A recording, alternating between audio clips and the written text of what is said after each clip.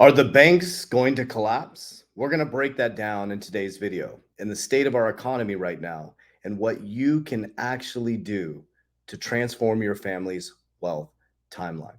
My name is Coach JV. What I work to do is make very complex macro and microeconomic strategies very simple so the normal everyday person can implement them. I have two amazing resources for you. It's in the description of this YouTube video. Or if you're on social media right now watching this, it'll be in my bio. Just click the link. Number one is a absolutely free consultation with my licensed insurance team in all 50 states. So what I share with you guys is how I insure my wealth during these volatile times. We also can help you understand the power of insurance and protecting your family and your wealth. So free consultation. I also have an absolutely free book. On the back end of every video, I break down exactly what I'm doing. Just sharing with you from my paradigm, my exact patterns, and what I'm doing in the greatest economic shift in history. So I wrote a free book that helps you understand exactly what I'm talking about so you can have it physically right in front of you. Just click the description of this video or in my social media platform bio. All right, so let's go ahead and kick this off here. The first video here, I love ITM. So ITM is actually who I use for my precious metals. Danielle Camboni is absolutely awesome. She transferred from Sainsbury Research over to ITM just recently. So the best of both worlds. She's one of my favorite reporters in the macroeconomic space, and she moved over to ITM, which is awesome. And big shout out to Tom over at ITM. That's who we use. So video says, get out of the banking system. The money will never be yours, warns Wall Street analysis. Well, the money has never really been ours, right? The money is just dead. So my money is your debt. So when you start to understand what money is, you take a deep breath and you calm yourself and you start to understand that the game is rigged for you. Now, a lot of people are going to get upset when I say that, but if you understand what money is and you understand the money game, you can do very, very well if you understand the game. Okay. So we're going to watch this quick short clip here. My internet's been acting up a little bit, so bear with me as I go through this. We're going to watch this short clip from this video. You can guys go watch the whole video where he breaks down. Now, I don't think, again, do I think the banks are going to collapse? I think some regional banks are going to collapse. Absolutely. Your money's going to be there, guys. That's why they created the bank. Listen to me. That's why they created the bank bailing committee. Bail-ins are very different than bailouts. Bailouts is when they pump money into it. A bail-in is when they take the debt, they turn it into equity, and guess who gets to buy them? JP Morgan, Wells Fargo, Bank of America. You're going to see a monopolization of the smaller regional banks, which is going to create massive digitization as they transfer us into a brand new economy. I guarantee you, your banks are going to be trying to custody your crypto by 2030. Let's pay attention. So you like Bitcoin and gold, right? You're one of those rare people, I say, that you see both those assets as being a solution outside of the system. Oh, absolutely. I think, you got to keep the big picture in mind here. The main, we're talking about money. And money isn't confusing. Money is a very simple thing. It's just a tool that sends value to store and exchange value. In other words, to send value through time and space. That's all money is. It's a tool to do that. So what is the dominant money in the world right now? It's fiat currency. Look at all the base money in the world.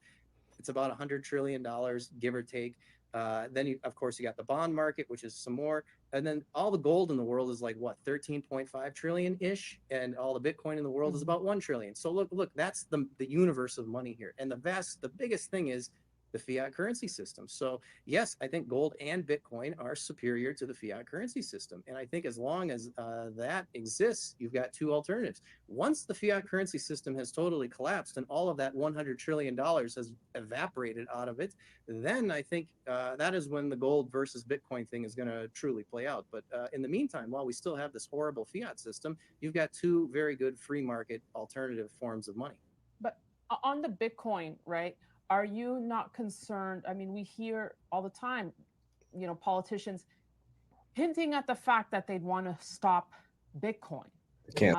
So does that? So let's break down what he just said really quickly. So the fiat system is dying, guys. That's fake money. They detach from the gold standard. Do I think the fiat system is going to absolutely collapse? No, it's a transition, family. I'm going to show you what the BRICS is doing right now. The BRICS is creating their own cryptocurrency, guys. It's just a transition the system. They're not going to collapse the fiat system. They're going to transition it into a new system. So you guys can go watch the rest of that video. It's pretty powerful.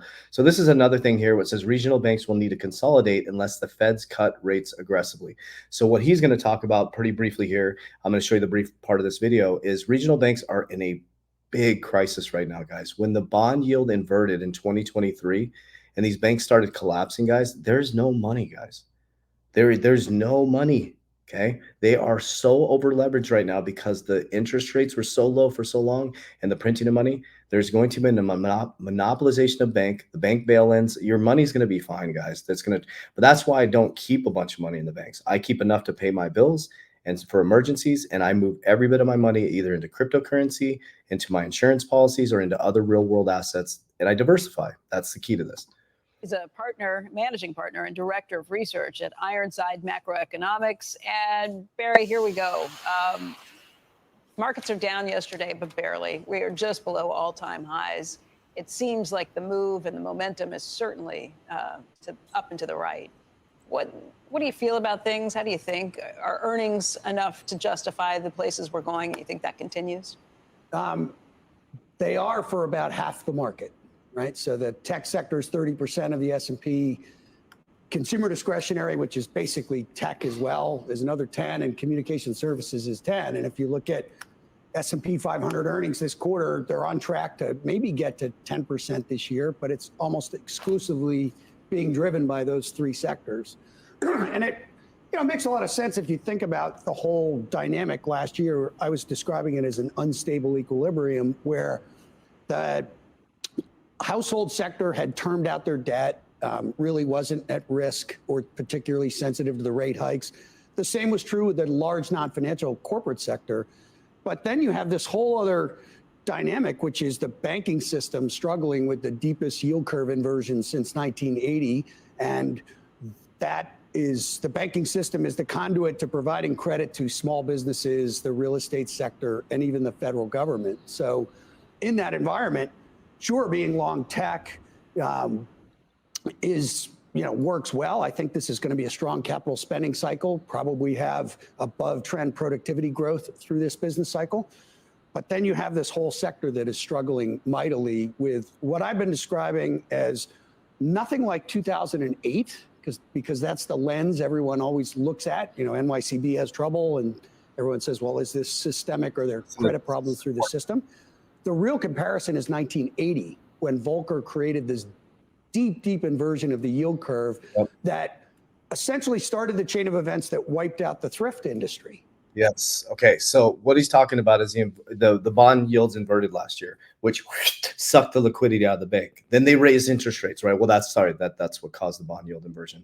Now, if they aggressively lower rates, right, it's like you're swinging the pendulum. Liquidity's going in, liquidity's coming out. It's going to jack up the regional banks, again, creating a monopolization of the banking system. Okay. So this was really interesting. It came through yesterday. It said BRICS, was this yesterday? March 4th, my apologies. BRICS will create payment system based on digital currencies and blockchain. For some time now, BRICS grouping has been making efforts to reduce its reliance on the US dollar dominance. Okay. This was reported by Forbes here. US dollar death spiral crisis fears grow after Bank of America issues shocking $1 trillion every 100 days warning amid huge Bitcoin, Ethereum, XRP, and crypto price boom. Okay.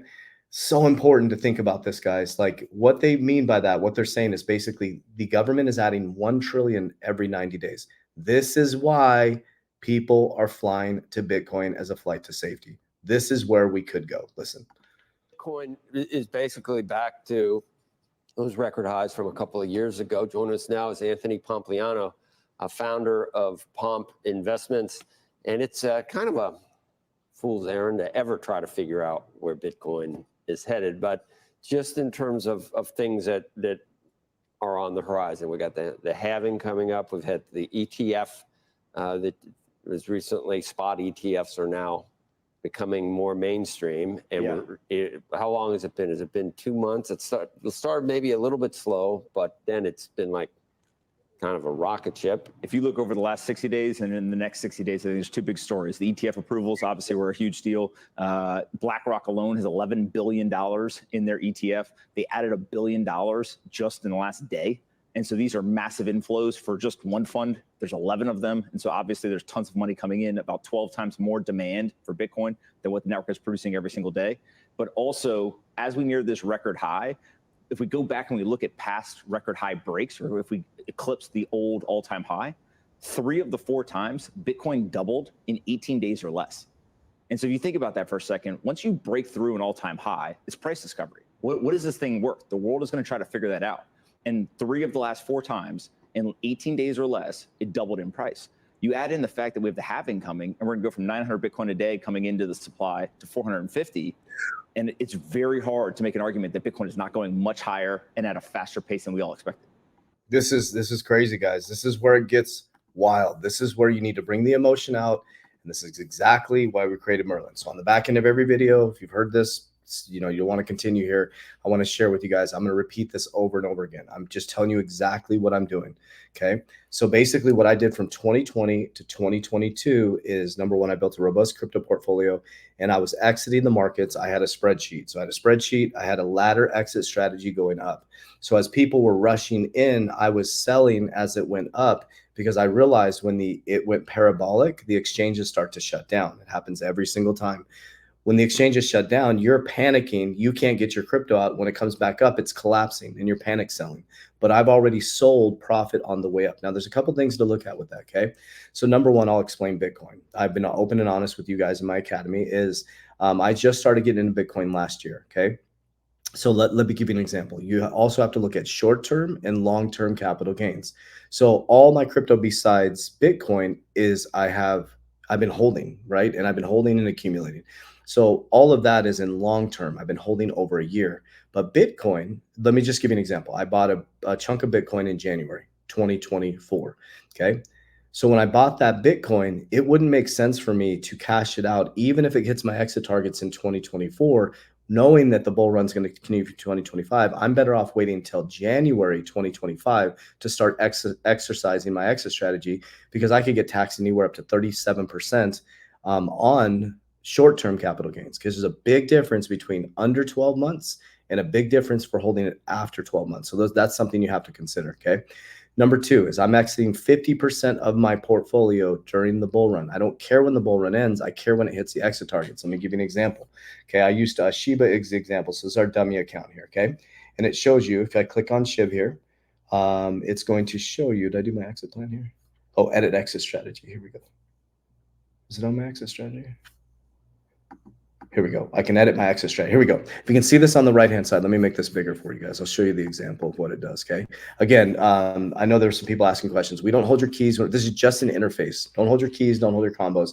It's just an interface so you can see all your cryptos in one place and set up an exit strategy, okay? So, for example, when SHIB boomed, okay, I had my first target at 0.000333, okay? It told me exactly, based on what it was doing. This is a dummy account here, but it told that say the dummy account had this much crypto in there. Okay.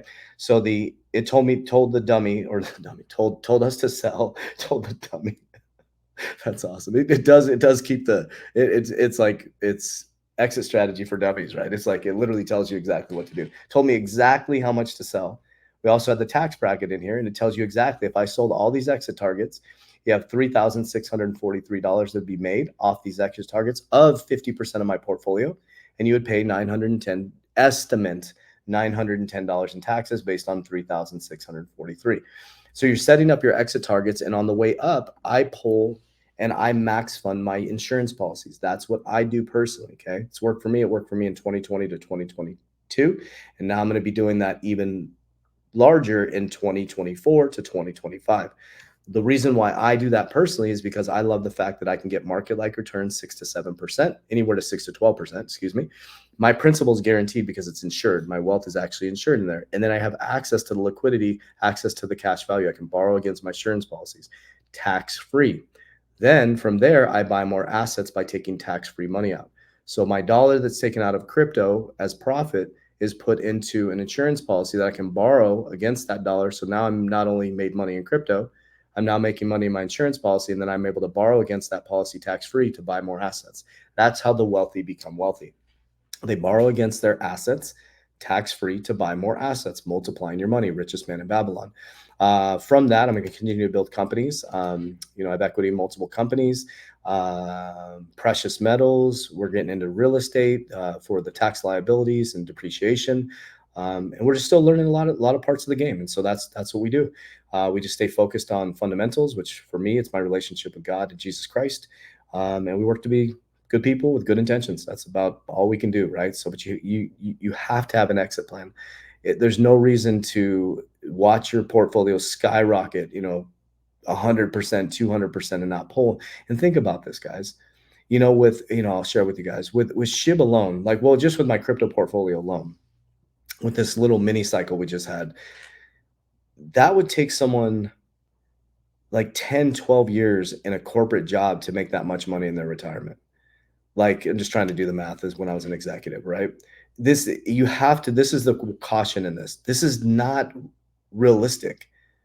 It is so unrealistic to make this amount of money in such a short amount of time, but it's a great opportunity. So knowing that it's unrealistic and totally unnatural, you have to get it out into things that are realistic, that are normal, that are natural. Does that make sense? We're in a fiat currency that's all debt. Then we're putting into a Fugazi fake internet money that's exploding. And if you don't get it out and put it into things like insurance, like real estate, like precious metals, businesses, tangible things that you can touch and feel, and then again, diversifying in those things as well. Because what if real estate collapses? What if they take away my businesses again, like they did during the pandemic, right? Well, then I got some precious metals and I have insurance and I have some crypto, right? It's not about, this is what I'm running into a lot is in the crypto. So everybody's just crypto. It's like, guys, we're taking Fugazi fake internet money and we're putting it into fake internet money or Fugazi, fiat currency that's fake money, that's debt, someone else's debt, and we're putting it into fake internet money, right? It's not tangible. We can't touch it. So it's about diversifying, right? You don't want to be 100% in crypto, right? You'll see, I would say probably a lot of asset managers would have their people weighted about 5% of their portfolio into this asset class, which could be a large amount of money for some asset managers or people they're managing their assets. We're not going to have 100% exposure. Do I have a lot of crypto? Absolutely. It was because I was in that frame of mind for a long time. But I also have companies. I have a little bit of precious metals. I'm getting into real estate. I have diversification. I'm really bought into insurance. So I'm diversified: crypto, insurance, business, precious metals. And I just started really small and I just keep adding to the buckets. And so making sure that I'm set up for retirement and then making sure my kids are set up when I pass away with my trust. So yeah, it's not that difficult. We just have to start to learn financial literacy, develop financial discipline, and stop getting caught on these hype trains, guys. So I love you guys. I appreciate you. Everything in the description of this video. You got my free book, free consultation with my insurance team. You can join our Warrior Academy if you choose to. That is a paid academy. And what else do we got down there? Oh, we have our Freedom Conference. I would love to meet you in person. We have our Freedom Conference. You'll meet the Good Morning Crypto show as well. That's April 24th and 25th here in Mesa, Arizona. You can see our studio. You get to see our beautiful conference center that we created here. It's a great time. So love you guys. Appreciate you. As we always say, Warriors, rise. Get your shit together.